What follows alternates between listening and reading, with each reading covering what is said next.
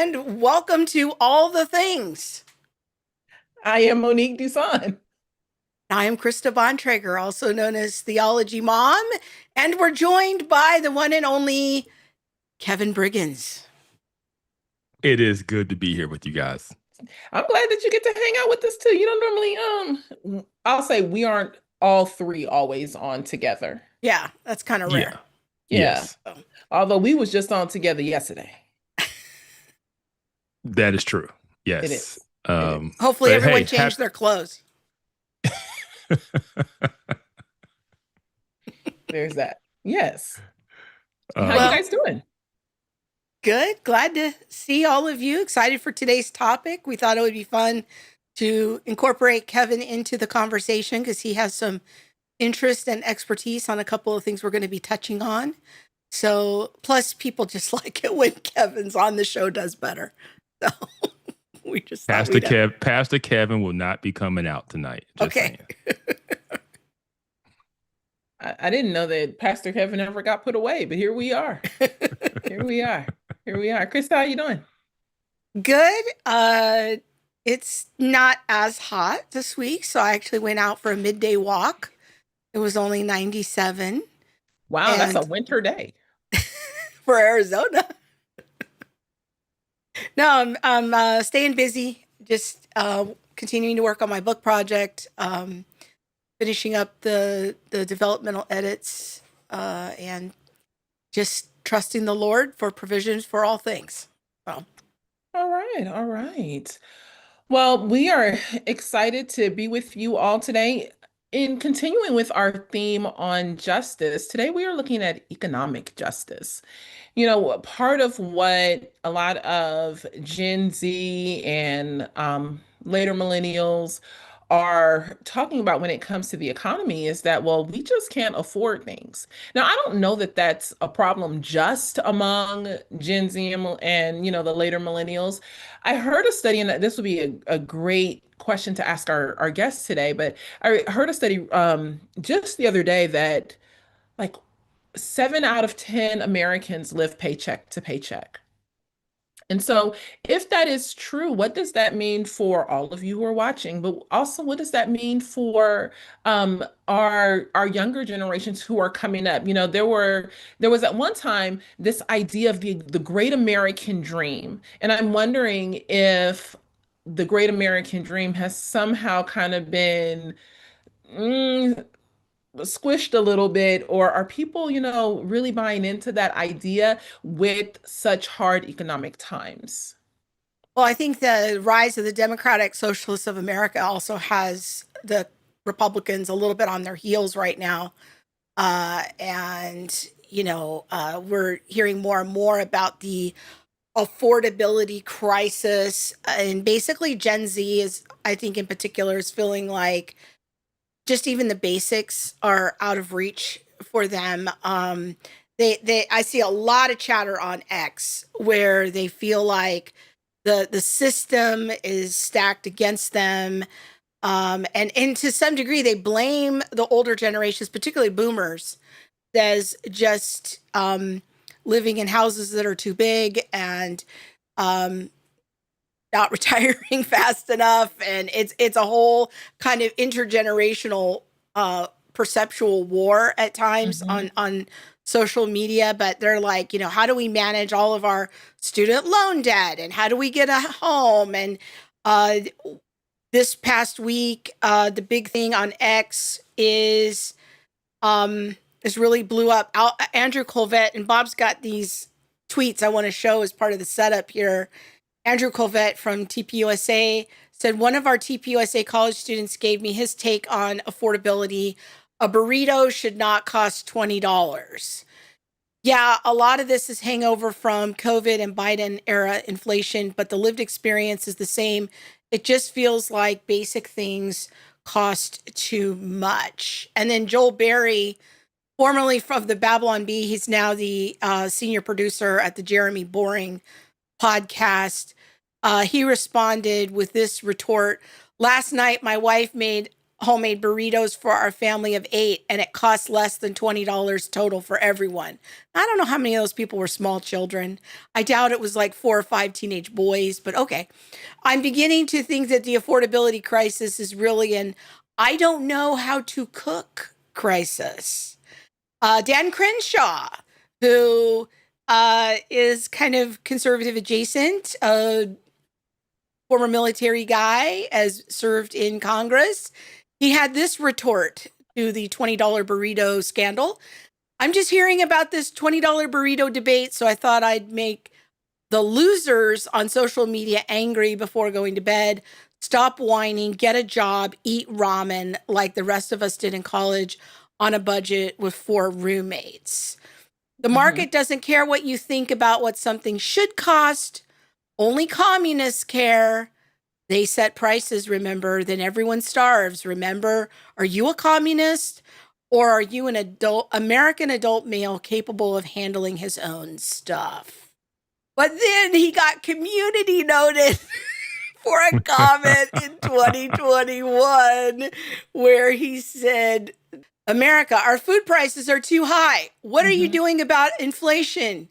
Biden administration, just be a vegan. Stop complaining, you bunch of rubes. So this was not a good look. So what we want to talk about today is the affordability crisis real, or is it Gen Z's just whining and complaining and needs to eat ramen and get some roommates?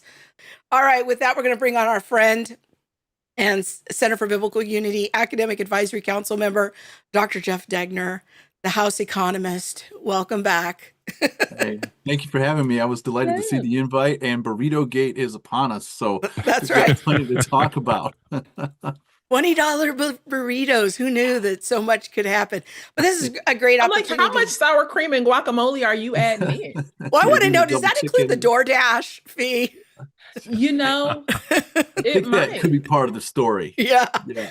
But Oh, goodness. so Dr. Degner, we've had you on many times before on different podcasts. You're kind of our resident economist trying to help translate things for us. I know that one of your areas is inflation and the impact of inflation on what I'm going to call the normal family.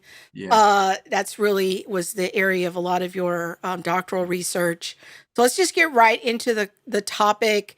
Give us the big picture first. Is this affordability crisis real, or is this Gen Z just whining too much? Well, the affordability crisis is real, and I don't think that Gen Z are just being a bunch of wimps. I think that what's being revealed right here is we've got an inflationary economy at the base. And one of my colleagues at the American Institute for Economic Research, Julia Cartwright, had a nice little TikTok with the Washington Post today, really explaining that the elevated prices we see across the board are the result of that monetary policy. In loose terms, it's the creation of new money that's going into our economic system. Now, that causes prices to rise, but here's the thing. Prices do not all rise evenly at the same time or in the same rate. And so early on, one of the first things we saw become much more expensive during the Biden inflation was housing. I mean, my house, I don't mind sharing numbers here. The house that I was in, I did a couple small improvements, but in 2.5 years, we gained 30% on that. That's where a lot of that inflation went. Now, in the time after Biden's regime has come to a close, and now we're into the Trump era, we see food prices starting to go up. And since COVID, food prices overall for eating out, or excuse me, it's groceries, have climbed by about 30% in 6 years. And that takes a real bite out of family budgets. And when you're young, that takes a bigger bite out of your budget. Yeah. So housing hit first, then food. And if we're talking about housing and shelter, those are the basics that Gen Z is talking about. And so I believe it's real, but I think that there's some underlying reasons for it. There are some beneficiaries from the this kind of inflation, but that's always the story. Whenever you have a government policy introduced, you got winners and losers. So we talk about the Biden era inflation.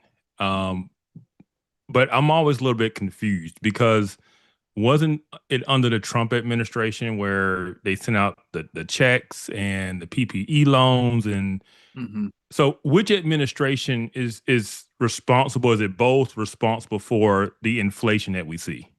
Yeah, I think it's both. And what the data points to, and when I think about inflation, the first place I go to The is Great Burrito the debate Federal of Reserve 2026 website has been and look taking at over the internet. growth of overall Burritos. money supply. And we see it happening under Trump, but it didn't slow down under the Biden leadership. Now, Mm, some folks will say, well, wait a minute, the Federal Reserve, they're an independent central bank. They don't care, are deeply integrated and intertwined with the president's economic agenda. So if there's a call for cutting checks to the American people due to the COVID crisis, then that money, unfortunately, we don't have it saved as a country. Taxes didn't get raised. So the third option is to print it. And that process continued through the Biden era. And really, we have those chickens coming home to roost. And again, it hit housing first. And now other daily necessities are seeing those price increases as the money printing has barely slowed down. We had an increase in, or rather, a stabilization in new money creation a couple years back, but it's begun to rise again. So I Well, think that's that's that base layer of inflation. let's play the TikTok because I think that will really drill down on what you're saying. It's a great kind of short summary of explaining it for lay people of all this printing money and what those impacts are. So Bob's got that video at the ready. So let's go to that. 2026 has been taking over the internet. Burritos are tearing the right apart. A burrito shouldn't cost $20. Everyone is asking, is food too expensive? Who is to blame for these high prices? Well, I have a simple answer for you. It's the Fed. During COVID, the Federal Reserve increased the money supply by 40% Bob, in 2 I'm gonna years, say that it's off making mic, money so I cheaper can't and hear it. causing the purchasing power of think your dollar viewers to can go hear it down either. by over 1/5 over the next 4 years. The Fed controls the money supply by injecting money in times of uncertainty Okay. and pulling out money in Sorry. boom times. They typically increase the money supply by a few percent each year, not 40% in 2 years. Now, are there other factors that have caused prices to soar since 2020? Of course there are. Supply chain disruptions, labor shortages, and higher delivery costs have all made the bill much more expensive. But this reveals a common misconception about what inflation actually is. It's not that some prices are higher, it's that the overall price level has increased. And the driving force is clear. The central bank of the world's reserve currency increased the money supply by 40%, which has never happened in recorded Fed history. And what's even more surprising is that unlike commercial banks, the Federal Reserve isn't even fully subject to a government audit. So instead of talking about how people need to learn how to cook or shaming people for eating out, let's focus on how some unelected bureaucrats like the Fed are making your burrito more expensive. That's a great clip, kind of crash course on what we're talking about here. So something you've talked to us before about, Jeff, of the cause of inflation is the government or the Fed printing a lot of money. And when there's more money, that's what makes prices go up. So when there was more money during COVID with all those COVID checks that were coming in, it was a contributing factor to making prices go up. Now, does the president control how much money is printed, or is the Fed separate from the government? The Fed is separate from the government officially, but one of the realities is that when government spends more money that it brings in taxation, it has to pay for the goods and services that it's purchasing, and it has to get it from somewhere. And the short answer is that it gets it from the money printer. Now, the mechanics are a little more technical than probably your audience would be interested in, but that is really the role that the Fed plays. They act as a backstop. They are sometimes called the lender of last resort. When American people don't want to buy government bonds anymore, there's a buyer ready and able in the Federal Reserve, and they will go ahead and print money to purchase those bonds. And it's the bonds, right? That's when we talk about government debt. those bonds are what fuel government expenditure to go above and beyond the means that we actually have through our tax dollars. And whatever those expenditures land on, whatever markets they go into, that's where you're going to see the first and really the highest price increases. And again, what happened here in recent years was that we saw that go into housing.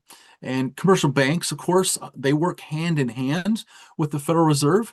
They are actually members of the Federal Reserve System, and they are granted the privilege of issuing a lot of credit to people for whatever people want to use it for. And it just turns out that housing is one of the most important things that folks want to deploy new credit on. But there's also consumer credit that these banks create. And we can ask the question, where are folks spending this credit on? And it's there that you will see price increases. Now, we got to ask, who are the most creditworthy people in our country? They tend to be people with higher incomes and who are older. So they get to bid prices up a little bit earlier on, obtain those goods and services. And meanwhile, people who receive higher incomes a little bit later or who are younger, they are faced with higher prices and lower incomes. And so that, I think, gets at this intergenerational piece that you talked about, Krista, in the opening, and a source of a lot of frustration between Gen Z and boomers, and they're shaking their fist one at the other. Boomers are wagging their fingers at Gen Z for being lazy and not knowing how to cook, right? So these are the dynamics at play that really breed what I've called the inflation culture that can have some of these elements of resentment between those people who are losing in an inflationary environment towards those who are winning in that environment. And I think that's a big part of what we're looking at right now. Kevin, you want to jump in, or I was going to ask. Okay. I was It's hard gonna for me to ask- moderate when there's three of us. I can't Okay. kick anyone under the table anymore. Who's It's going okay. next? Is this a problem that we've seen in generations past?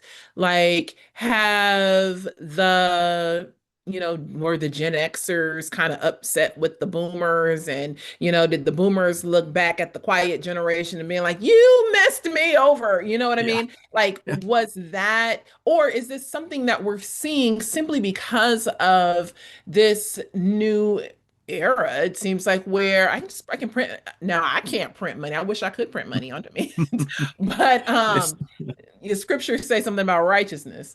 So, or is it just that, like, we're in a different day, and so these things are impacting people differently because it's a different time? Yeah, well, one of the areas that you're seeing the most complaints about is in the price of housing. And so things are actually a little bit different right now.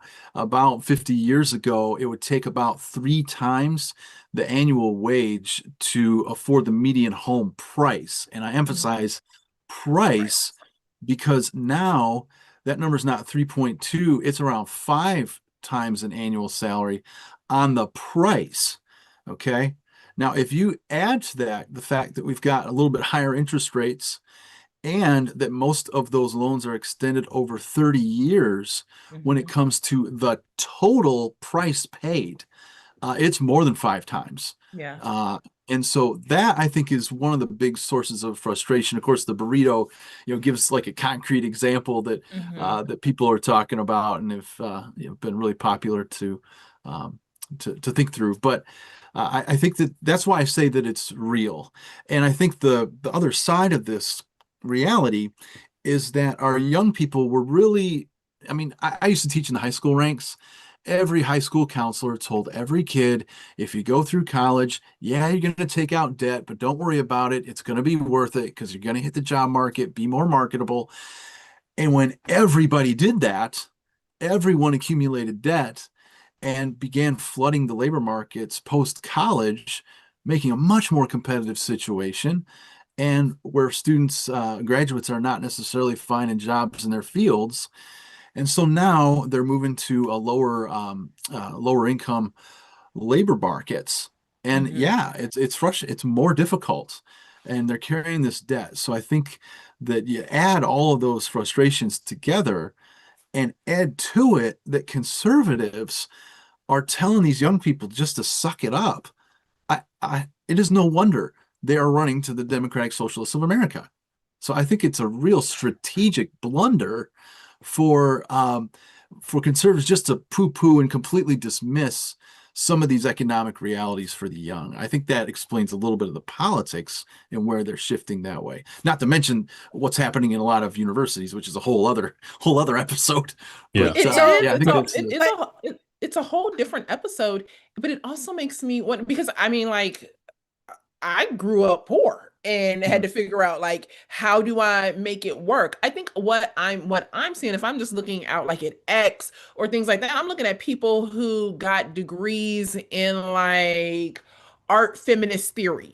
right. And now you want to go and get $120,000 job at 22. And that Yeah. might be, okay, a little hyperbolic, but it's not that far off. And now you're wondering why you can't do these things. I think there are two things really at play. Like, you need to have a logical plan, going forward. But two, I also wonder how much of a lot of this conversation is being built on entitlement and being built on the backs of a softer culture. Like, I mean, like, to me, having somebody tell you, you need to go and figure yourself out. You're gonna have to go do something. And it was expensive. Yeah. Okay, hold I mean? on, because you guys are jumping all over the place. I want to try to do this in an orderly way. So, first of all, big picture, what Jeff is saying is some of these concerns are real. Some of these impacts are real. Some are more maybe need to be more about cooking and better budgeting. Yeah. And so we got to try to help people sort through what some of these things are. I want to go back to housing for a minute. I want to show a visual of what Jeff is saying, and then I want to have Kevin weigh in. So this is a graph that I found that to illustrate what Dr. Degner is trying to explain to us here. So in 1985, the median annual income in the U.S. was about $23,620. And the home, you could buy a decent home, median price home was $82,800. So you can see that's roughly about triple of somebody's paycheck, okay? Today, in 2025, the median income is $83,000, but the median home price is $416,000. And so it's significantly higher, that difference between the income and the housing price. There's a bigger gap there between those two things. And this is the thing that people are always talking about. So now we did a whole show with Kevin last season on the housing problem. Basically, Kevin's bottom line was the housing problem is a problem if you're trying to buy a house in New York City or LA or expensive markets. If you want to get a starter house, you might have to move out of state. Housing prices are a local issue. That was kind of my takeaway from that show. Kevin, I want you to weigh in and talk to some of this too. Yeah, and that's still, I think a lot of that is still the case. But at the same time, housing prices are all around up, right? And so, but I do think a lot of what we point to is based on larger markets distorting things. And I do think there is some level of entitlement of, well, I want to live here, versus I want a 4-bedroom house as a starter house. Yeah. Or I want it in the trendy area near my favorite coffee shop, right? Instead of I've got to move further out away and that's not where I want to live. And so I do think it's both. But at the same time, and I want Jeff to kind of talk about it, keeping with the intergenerational beef, a lot of people do feel like it is the boomers who are protecting their wealth in their home and basically blocking new housing from being built, basically keeping the supply and demand, the supply low and the demand high because they're protecting their own interests. So can speak to whatever part of the housing crisis you think our audience needs to understand. No, I appreciate that because I think that when we approach these topics, we have to adopt the mindset that more than one thing can be true at the same time. Right? Yes. We can have these systemic issues with Federal Reserve money printing, and Gen Z can, be a little more scrupulous with their choice of major, with their income, and what they do with their income and where they choose to live. One of the other systemic pieces that I think, I'm sure, Kevin, you've touched on this before, is what's happening with housing supplies. Do we have more restrictive environments that prevent people who are ready to invest, ready to build and expand housing supplies to help bring a little bit of relief to that price pressure? So those are a number of the systemic pieces happening there. But it's also true that young people need to act wisely with what they've got, live within their means. And I know that that's old-fashioned financial advice, but it's never not been true, right? And so I think that that's an element that's awfully important there. And having worked at Cornerstone University and so forth, I see students being more deliberate and more conscious of their budgeting in a lot of cases, not every case. But I think that there's a heightened awareness of the importance of financial literacy among the young, where maybe it wasn't quite so strong, because in some ways you could work without a college degree. You could go ahead and earn a good living and have that middle class lifestyle. And so young people just have to face the facts. They're going to have to be more savvy. They're going to have to be more savvy. In terms of, because I know we kind of look to everything to the federal government. Outside of interest rates, is there anything the federal government can really do to affect housing? All right. Is this something that they can the president solve the housing crisis, or is this more of a local issue? I think if I had to choose between the two, I'd say it's more of a local issue, especially on that supply front. Now, besides the Federal Reserve money printing, we also have Fannie Mae and Freddie Mac, which subsidize housing. And you could argue that in a number of different ways, whether that's helpful or whether it's harmful. But that's what's happening at the federal level. At the local level, you're dealing with building codes and limitations on what can be built and where. One thing that sometimes gets brought up when it comes to the sorts of houses that people can get into, or what's considered a starter home. In some municipalities, what would have been considered a starter home in 1975 is actually illegal to build. Like, you cannot have square footage that small. And that's not everywhere. Again, that's where it's a real local issue. And then even in between that, you've got the state level when it comes to property taxes and how states handle this. And it's handled differently. And that's why we see so much variance in housing markets throughout the country. And so you're right. There are markets that are more affordable. And no, it's not going to be in, in West Manhattan or in Soho, right? That's not where it's at. And it's in other places throughout the country. I think it's wise for young people to be thinking about career and family in some of these places that are more affordable. And one thing that helps them is remote work, is the ability to get to some of these other locations to step into home ownership where it's a little more affordable. Yeah. I'll also say there's nothing wrong with a couple of bars on the window, some gunshots you hear in the background. It's affordable. But I will say this. I was listening to an interview with Byron Donald, who's more than likely going to be the next governor of Florida. And he was talking about this issue. And he said he talked to home builders, and home builders told him that government regulations add about 30% to the cost based on delays and timeline and permits. And 30% of that cost is through government regulation. And so he's talking about how streamlining that process. But at the local level, government regulations plays a major role in housing prices. And I think that speaks to Christians who have influence in these different arenas, right? So I've been blessed to be able to start to have some influence at the state and national level a little bit with the role that I've got. But other folks can engage with their city council and with their housing commissions. And so there's work to be done at all three, local, state, and federal levels But I think as Christians, right, we got to be leaning towards what does justice look like? What does human flourishing look like? And raising the question for what it means for future generations, current generations, and how we can ensure that a better life doesn't feel so out of reach, and in some cases is out of reach. But I think that's where we can all make a contribution. You guys, we're going to take a quick break to hear about a book club that's coming up just for teens. One more announcement that's super exciting.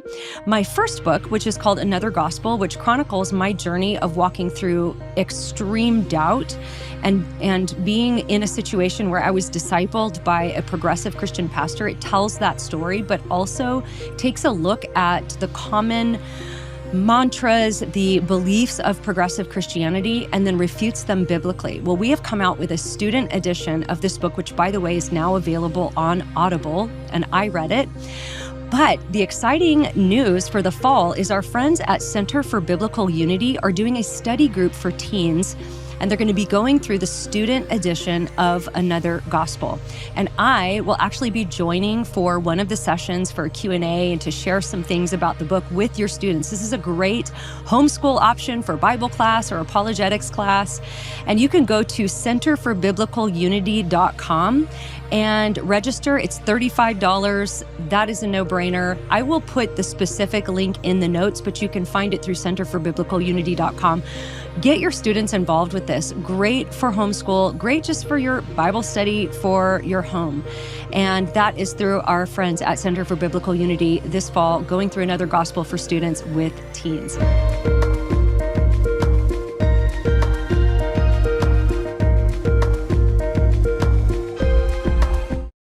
Okay, so that graphic says 8 spots left. Unfortunately, the graphic lied. There are only 5 spots left. So get in there. You can go to the website, and there'll be a link there take you to all the information that you're going to need and how to register. Jeff, I guess what I'm wondering at this point is the Fed an unjust system that needs to be dismantled or fixed so that it'll stop printing so much money? Like, is that an actual injustice, or is that just part of an apparatus that helps make our economy work and it just kind of is what it is? I'm just not sure how to think about that from a Christian point of view. Well, when I think about the Federal Reserve, the first thing that comes to mind is that I answer that it is an unjust, unrighteous institution.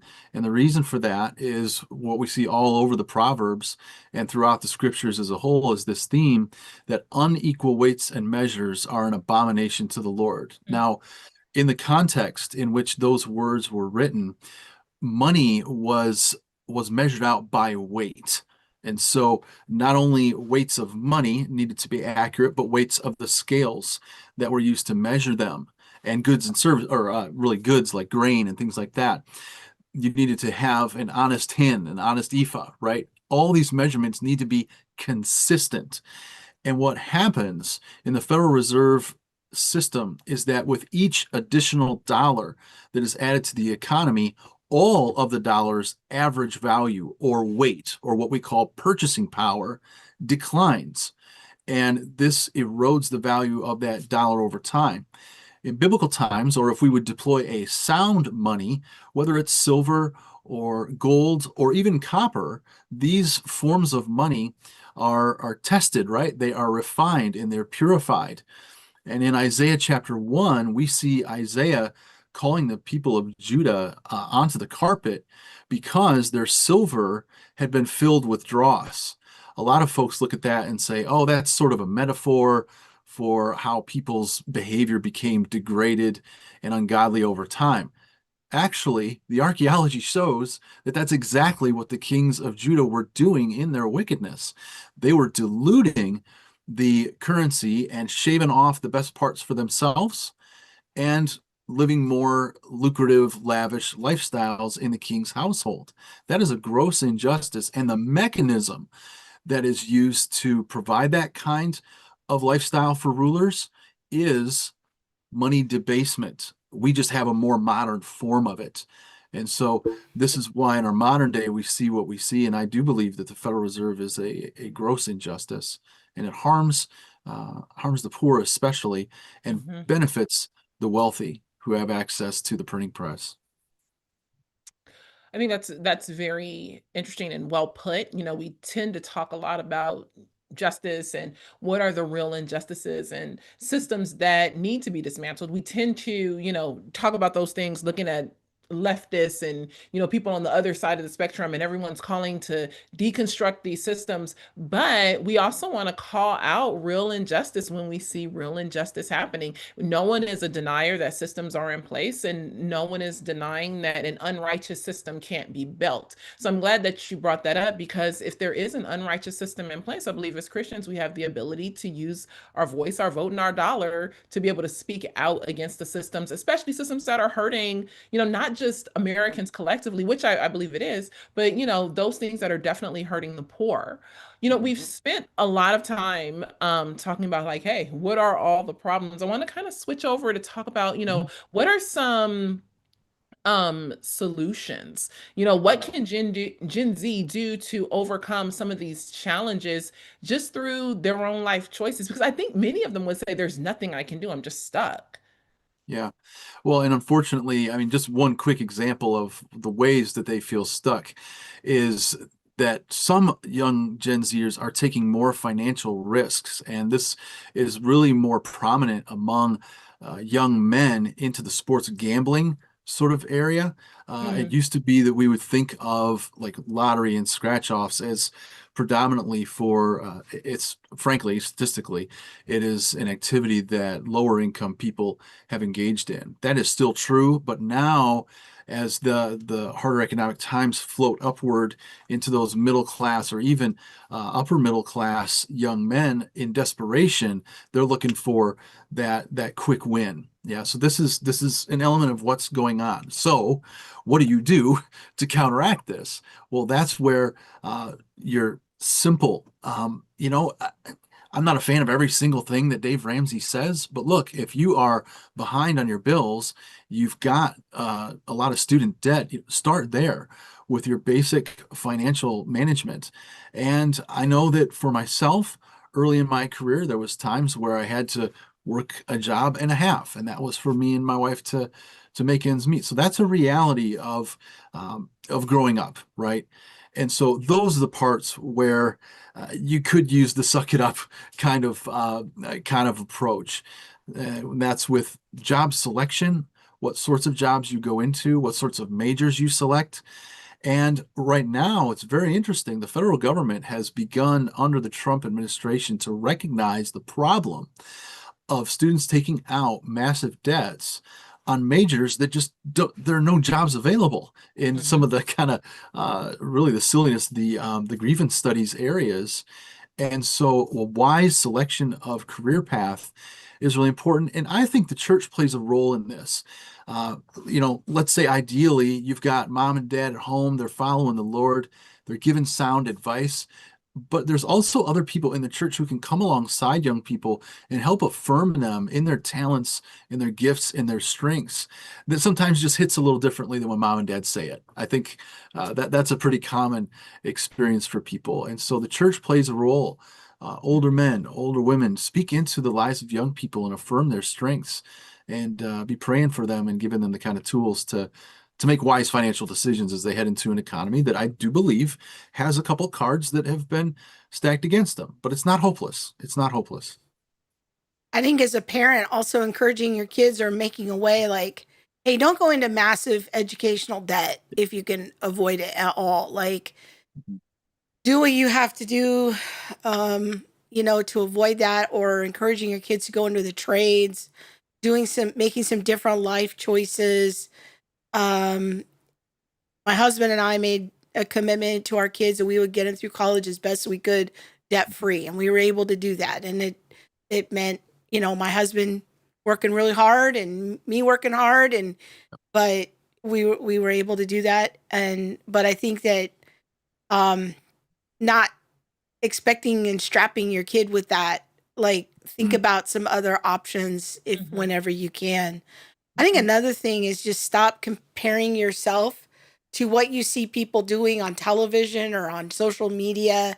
Like, having big homes and engaging in massive renovation projects and having all of their ideal things in their home. I mean, there's kind of this mindset that seems to be lost now of a starter home and rehabbing and sweat equity. I don't know.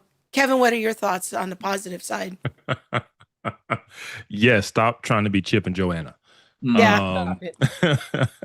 Yeah, I mean, all of this stuff plays a role. I'm kind of, I'm not the Federal Reserve apologist, but Jeff, I want to know, because I know the Federal Reserve, my understanding, was put in sometime after the Great Depression, right?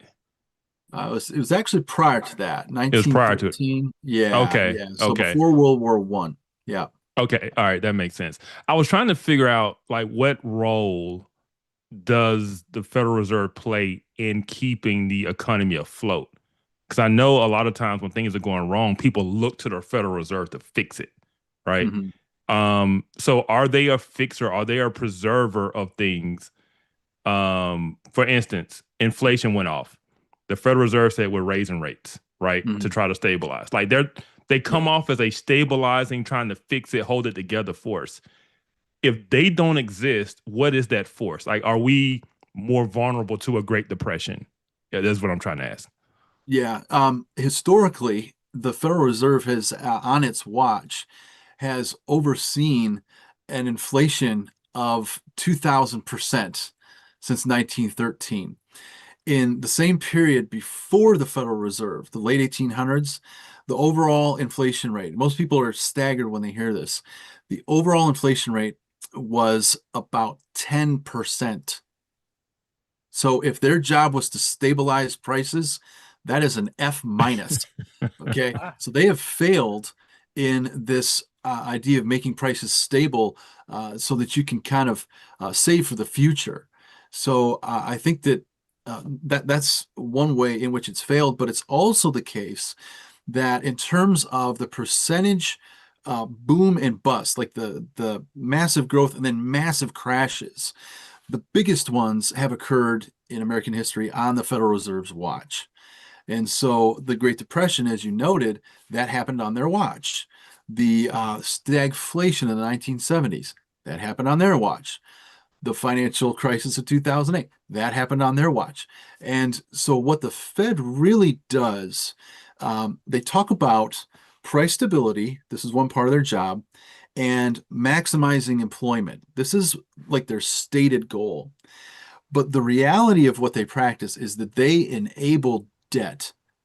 They enable government debt. And the proof is in the pudding. We have nearly $40 trillion in federal debt. And the Fed is the enabler of this. So it creates more financial fragility. And since when did the average American person have to worry about how the Japanese central bank was behaving towards U.S. treasuries? That was a big story this last week. But since when do you have to worry about this? It's when you have this massive amount of debt that's been enabled by the Federal Reserve that creates that kind of fragility. So the alternative, like, well, what's the positive? Yeah. Well, the positive is sound money. And we have the historic precedence of using gold and silver, or gold and silver, what were called certificates, where it was literally redeemable at your bank and is literally good as gold. This brings about a tremendous amount of price stability with reasonable growth, right? These kind of runaway growth rates, like I mentioned with my house, 30% in 2.5 years. I mean, did houses become 30% more scarce? That's not what happened, right? Yeah. So you have sometimes what's called paper growth, where it's growth of that money supply that's really hitting things. So there are various proposals out there from famous economists. Friedrich von Hayek was one. He talked about the denationalization of money, basically taking money production away from the Federal Reserve central banks. And that way they can compete. And they compete, that is, the currencies compete to keep their value rather than to lose their value over time. And so, there are a few proposals out there. Some people look to Bitcoin. I'm not quite sold on it. but it is limited in supply. And that's what's appealing about it, because it gains purchasing power over time. And I think that gets us a lot closer to the biblical justice of equal weights and measures. It's not just equal in the sense of a single exchange, but it's stability over time. That if you got a gold coin in 1960, it's the same gold content in 2026. And that's Yeah. what I think equal weights and measures look like over time. Yeah. One last question from me. So what you're describing is the gold standard, right? And like the dollar being based off the gold standard. With 40 trillion in debt, is it possible to go back to that now? Or is that like, is the toothpaste out the tube, we can't go back? Yeah, that's a great question. And I think that history tells us that really things don't change dramatically until there's a massive crisis, right? Now, it can be the case that you can take steps to deliberately move in that direction with some pain in the short run, but great health in the long run. The problem, I think, is that politically, there's not that will to take that deliberate sort of step. And that's why we see ourselves moving from crisis to crisis. And some of the housing numbers right now are starting to approach like this 5x number, 5x income to get a house at the median. That's looking a lot like 2007, 2008. And I'm not predicting a crash. I'm not saying, hey, next week, watch out. But the pattern is there. Yeah. And so that's a little bit of the big picture that's happening. So paying down your debts as a household is like one of the first things that you ought to be taken seriously, so that if and when a crisis scenario emerges, that you're not getting foreclosed on or having your car seized or what have you, that you can keep things rolling through a difficult time. So again, it's that sound financial wisdom that really needs to be deployed in everybody's household, young and old alike. Yeah. Yeah, getting your car seized ain't no fun. Mm-hmm. Let me ask this question. With the rise in socialism and Mamdani and things like that, do you think that the affordability crisis is just pushing young people towards socialism? And what would be your case for why socialism is not the answer? Like, what would you say to a young person if you were sitting over tea? Because I learned that coffee isn't your thing right now. That's right. Yeah, well, I think that strategically, I mean, the way that we talk to young people and have a coffee with them is to have some empathy, because those numbers are real. There are some more intense challenges in certain categories that we've already mentioned here. So have an empathetic ear, have a positive ear for positive solutions in those discussions. So that's the second thing. I do think that the overall environment is driving people to just look for solutions. And the problem, one of the many problems with Democratic Socialists of America and Mamdani and so forth, is they are calling the current context capitalism, or they're calling it free markets. See what free markets did to you? That is not what we have. We've been creeping towards socialism. If you look at the 10 planks of the Communist Manifesto, we have nearly all of them. Yeah. Right. So it's this really incredible political gaslighting that the progressive left is doing. They have in the past supported the kinds of policies that have gotten us where we are. They've cried disaster and said this is what markets got you, when it's in fact their policies that have gotten us here. So I think one of the reasons that socialism is not the answer is because it's more of the same of what has gotten us here. But on top of that, socialism really relies on brute state force to confiscate people's livelihoods and their wealth. This disincentivizes work. It causes chaos in the economy. And it is, I believe, a gross overstep of what the scriptures really permit, or what it describes as proper governance. And we saw in the Old Testament, when you have a new regime who comes in after Solomon, and the new king is advised to tax more heavily and really stick it to people and confiscate their property, that it causes all kinds of chaos and conflict in society. So we have Old Testament examples of heavy-handed governments leading to disasters for their nations. And so that's not even to mention the 20th century history of the communist socialist regimes. And we still have, you can point to Cuba, You can point to North Korea. You can point to the disaster of the Soviet Union and Venezuela. So those are all historic points that show us why socialism fails. And I think we've got to be engaged in the conversation with young people about this. I think it's really important to have that conversation. Socialism comes in with the hoodwink and bamboozle, but its track record is pretty straight across the board. Yeah, exactly. Jeff, how do we point to the fact that government broke it? Government is the problem. Yeah. But is government also the solution? Because that's what the DSA is pushing, right? Yeah. But is there a conservative side to government being the solution? I think in setting up sound structures so that people can live flourishing lives and lean into their vocations. So on this housing thing, we've already mentioned this. It's peeling back some of the layers of regulation, and maybe a lot of them in some places. We have seen in places like Houston or Austin, even Austin, Texas, which locally tends to be more liberal, but they've actually peeled back a lot of their housing limits and regulations, and prices there have begun to come down. So I think that what conservatives need to do is be that voice for rollback and to say, look, things have gotten out of hand with respect to fiscal policy, heavy-handed taxation, regulation, and point to, I think this is really the conservative strategy. It needs to be pointing towards hopefulness, pointing towards a better future for the young. When I think of the ultimate conservative policy, if you will, that comes from the Old Testament, I think, is in Proverbs. We're told that a righteous person leaves an inheritance for their children's children. If that is what a more righteous society looks like, then we can start asking questions as more conservative folks about things like inheritance tax, capital gains tax. What does it mean?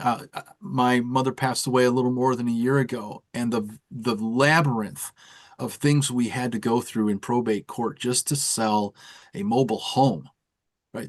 By the end of it, you're like, was it worth it to do all of this work? And that's not a statement on honoring your parents. It's that it is costly just to inherit and to have the kind of intergenerational passage of wealth and well-being that government is getting in the way of. So I think we point to a better future and say things like, hey, when your parents pass, if they genuinely wish to give you X amount of gift or land or stake in a business, that you can have that and continue to grow that wealth for your children's children. So I think we need to be the, I know that the left really used the message of hope to great effect in 2008 and failed to deliver, right? But I think that message of human flourishing without interventions that pick winners, they pick winners ahead of time with the policies. We know the outcomes. That's the winning message for young people. I think another thing, though, that sucks off hope is fraud. And the rise of fraud and like someone like Nick Shirley, who's a young independent reporter. He's like 20 or 21, somewhere in there. But it seems like the amount of fraud that one young man has uncovered in multiple cities now. And it's like, well, where was the government? They have all of these very high paid people. And it took like a 20-year-old guy with a GoPro to discover that there was a whole like racket of crooked people on one street down here in Glendale. Like, really? Like that's what it took. Like, I'm confused. I have questions. All he did was pull public documents, and it's like that's a hope-sucking reality that, again, I think is a justice issue, that if the government doesn't actively do things to prevent fraud, investigate fraud, if we're waiting for 20-year-olds with a GoPro to discover the fraud, I don't think that sends great messages about working hard. Yeah, I agree. You're absolutely right. And, kudos to that young man. And that's a lot of courage because I think we've all seen the footage where he's being, physically assaulted by uncovering these Mhm. things. But that fraud piece is what happens where I'll go back to Isaiah chapter 1 again. Isaiah talked about the debasement of currency, but along with it goes a system where Isaiah says that your princes, that is your rulers, have become companions with thieves. They have found ways to mutually benefit one another. So the politician who makes these welfare state promises and delivers on them, they keep getting elected. And the recipients who have figured out ways to manipulate the system, even internationally manipulate the system, they continue to offer their support. So you scratch my back, I'll scratch yours. But it's that massive government expenditure that sort of facilitates all of this, and certainly corrupted people who are taking unrighteous actions, and that corruption spreads. In Hebrews, we're told to see to it in effective church leadership, or I think national leadership, to see to it that the root of bitterness does not spread, our society and our churches don't become full of evil suspicion.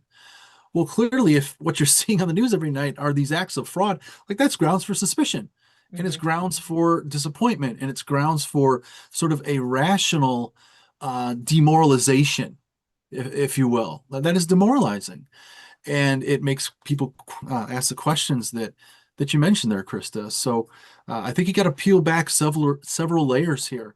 The massive government expenditure, the systems in which this fraud is facilitated. And my goodness, I mean, if our government can find ways to spy on people throughout the world, you mean to tell me that they cannot figure out what's going on in these fraud cases? I mean, that's just looking the other way at a gross injustice that's happening to the American people. I'll just say, as the intelligence analyst on the panel, we're not allowed to spy on U.S. citizens. So I don't know it's kind of frowned. It's kind of frowned upon. Well, that's not true. Think about all those cameras and all the cameras. I forgot what they're called now. Darn it! But like the flock cameras. They're all over Phoenix. Like the government is definitely. All Nick Shirley did was pull public records off websites. Yeah. That's not spying. That's things in plain sight. Mm-hmm. Yeah, and my thought was just more on like capacity. Like, they've got the capacity to catch, some small time business owner and turn them over for an IRS audit, right? Over some trivial matter. And so that imbalance, right? And what the Biden administration hired like 80,000, or they got like new IRS agents, right? Yeah. And you know what else I think is, I mean, it would be discouraging for me is if, and I don't know if I might get in trouble for saying this later. Pray for me, y'all. But if I could see a bunch of people coming into my country and they weren't born here, they don't have American citizenship, and that they can still receive a lot of benefits and services here that I can't get as an American citizen. And here I am, I'm coming out of college, I'm doing all the things that, I have been instructed to do. And yet my struggle is at times more significant than the struggle of the person who doesn't legally have a right to be here. I think that would be discouraging. Yeah, and there's some discussion about the extent to which illegal immigration has brought new pressure into the housing markets. The economic technical studies on this show that it is not that significant. However, one thing I've been wrestling with this for a couple years. I mean, as we all have, this question of immigration and hospitality. But if on the one hand, in the New Testament, right, we are in the church called to distinguish between deserving widows and those who are not to be receiving church assistance. Yeah. It makes me wonder, can't we have a more refined and appropriate approach to who is an appropriate recipient of certain immigration status, certain welfare, reception, and so on? I think that we can. The capacity is there. It's a question of political will Yep. to say, okay, there's limits here. Yeah. There's limits here. And I think that's where economics can come in and just say, look, every choice you make is a trade-off. Every policy Yeah. you create, there's a new winner and a new loser. And just start taking that seriously. And that can help us get to a more serious national discussion about these things than rather than just kind of operating at the rhetoric of emotion, where the frustration lies, right? And understandably so. But I think those are some critical issues to tackle in that discussion. Jeff, what are your thoughts on, so one part of the political right is the learn how to cook. The other side seems to be gravitating towards more what I call a national socialism. Yeah. Kanye, what are your thoughts on that kind of whole movement of stop foreign aid, stop foreign wars, focus on our own, keep our money home, take care of our own? It's like a national socialism kind of growing on the political right. Well, a couple things. I think this is like a slippery term, right? So Yeah. Depends on how you define it. I have concerns about, for example, increasing tariffs for the purpose of blocking foreign imports. That's actually not what comes through in the economy. What winds up happening is that Americans pay higher prices, businesses face higher resource costs, and they have to start laying people off. This most recent jobs report was not good for the Trump administration. When you dig into the numbers, what's happening is tariffed goods are costing businesses more, so they got to cut somewhere, right? And so that's one element where I've got concerns, and you see some folks on the right, pushing for these things. This is the American way. I don't think it is. And so that's one area that I've got concerns in. The other is on an issue that I think we've talked about here, is that there are some on the right who are advocating much greater and greater subsidies for traditional households, as we would advocate and say, like, this is what these households look like. Well, wait a minute. Again, are we, if you just continue this process of robbing Peter to pay Paul, favoring some households over others, rather than, frankly, letting God's hand work through his people in flourishing families, flourishing churches and communities, so we can build businesses together, I think that these questions around family formation, fertility, joblessness, and inflation, that a lot of these issues begin to resolve themselves in a much more positive direction. And so, again, that's where I point to conservatives as should be the folks of restraint, right? Restraining the government, because Psalm 2 tells us what governments and rulers of the world want to do. They want to throw off God's natural constraints that he's put into the world. And pretend like there are no such things as trade-offs, right? But that's not the world that the Lord has set us in. There are real choices, real trade-offs, and we've got to acknowledge that and point to that as a more open and free society that creates a better future for people, and in which the church can have a greater voice in matters of morality and culture. But I think we live under what Roger Scruton, you guys might be familiar with him. He passed away a few years ago, a British gentleman. He talked about the state-sponsored culture, when family life, community life, church life gets squeezed out because of the prevalence and the dominance of the state over society and culture. And so that's an idea I've been thinking about as well. And so there's a lot on the table there, but we're living in interesting times. Yeah. And I'm glad you went there on the tariffs. I meant to ask you about free trade versus fair trade. So I'm glad you kind of went there, and you're definitely a free trade guy. So yeah, I am. Guilty as charged. I'm gonna put a link in the description to our previous discussion Kevin and Jeff and I had last year about tariffs, and we went into a deep dive. We left Monique out of that one.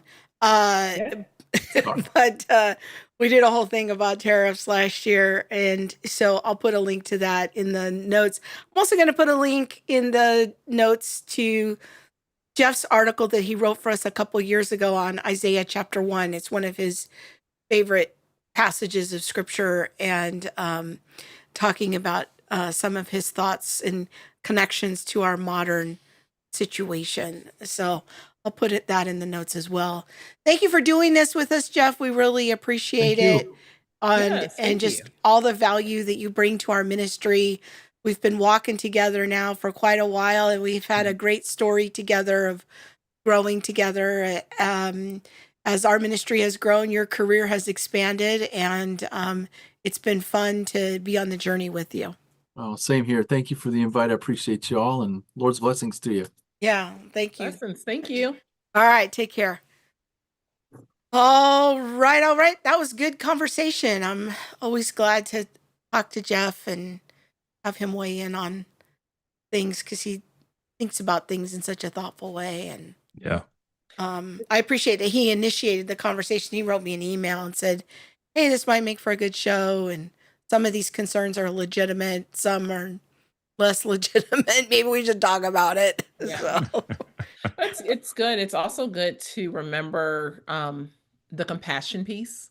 Yeah. And having this conversation where, hey, sometimes, you might need to think about that critical theory art degree in, one-eyed feminism, but you just you had to go there, didn't you? You just can't get that degree. You might want to do some research on how much that job is paying. But, there are other places where we can say, yeah, you know what, this is a real problem and this is an injustice. And so how do we, advocate for our nieces and nephews, kids, grandkids? Because that's the reality. These people are related to us. They are connected to us. They are the next generation who is going to run our country. And so we should be wanting to set them up well. Now, that doesn't mean that just because we set you up well, that you don't have to work hard. Two things can be true at the same time. And so I appreciate the conversation. All right, friends. Thank you so much for joining us and for being part of this conversation. Continue the conversation in the comments. The episode's not really over until you guys stop commenting. And we love to interact with you. And sometimes you give us show ideas. Sometimes we see trends of, hey, this topic keeps coming up. So just know that we go back and we read those comments, and you guys help, are sometimes the producer. You are giving us ideas for future episodes that need to be done. So engage with us, share the show, like the show. Make sure that you are subscribed to our weekly digital newsletter so you can catch up with everything we've done for the week, especially if you're not on social media that often. Subscribing to our weekly digital newsletter is the one way that you can stay in touch with us. Even if we get canceled off social media, we can still connect with you and stay in touch with the family. So make sure that you are subscribed to our weekly digital newsletter. Just head over to our website. You can see it right there on the homepage.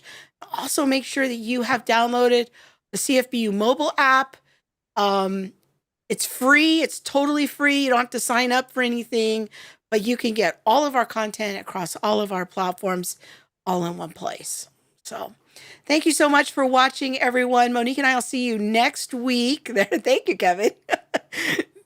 Object lessons. We will be having our friend Neil Shenby here, also on the CFBU Academic Advisory Council. We are going to be revisiting Resolution 9. What is Neil's position 6 years later? Would he support it today? What did he say back in 2019? And so we are going to ask him what his opinion is of Resolution 9 today. And if you don't know what Resolution 9 is, it's the thing that was passed back in 2019 in the Southern Baptist Convention that some would say opened the door or affirmed or put in statute critical race theory into the policies of the Southern Baptist Convention. And there's accusations around Neil that he supported that. And so we are going to talk about it, and we're going to read Resolution 9 on the show next week. So we will see you here for that. Thank you so much for watching, everyone. Grace and peace. Bye.